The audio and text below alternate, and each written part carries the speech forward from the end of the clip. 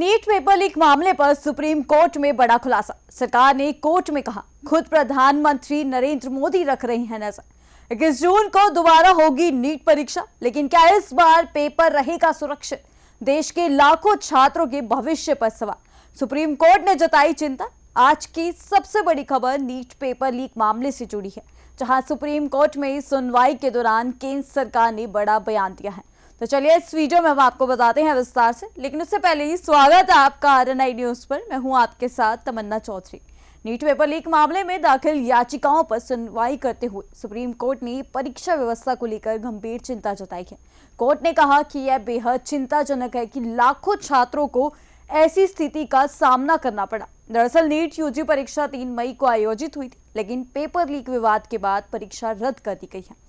अब 21 जून को पूरे देश में दोबारा परीक्षा आयोजित की जाएगी। देखिए ये पूरी रिपोर्ट। सुनवाई के दौरान केंद्र सरकार की ओर से पेश सॉलिसिटर जनरल तुषार मेहता ने सुप्रीम कोर्ट को बताया कि प्रधानमंत्री नरेंद्र मोदी खुद इस मामले की निगरानी कर रहे हैं।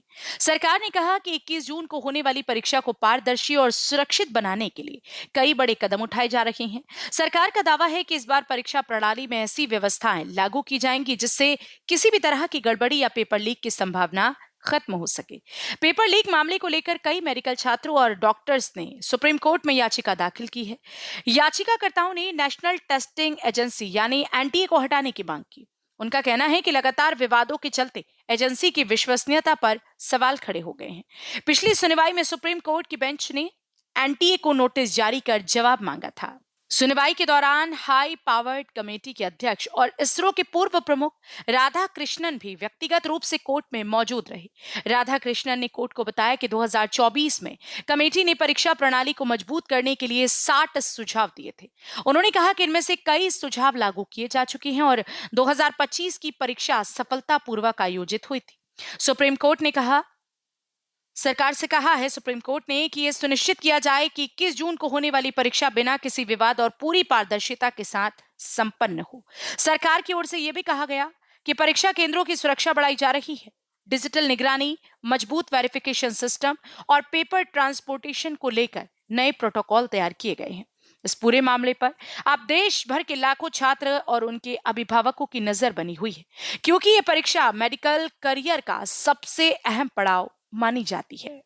तो नीट पेपर लीक विवाद अब सिर्फ परीक्षा का मामला नहीं रह गया, बल्कि यह देश की परीक्षा प्रणाली की विश्वसनीयता से जुड़ा बड़ा सवाल बन चुका है। सुप्रीम कोर्ट ने साफ कहा है कि छात्रों के भविष्य के साथ किसी भी तरह की लापरवाही बर्दाश्त नहीं की जा सकती।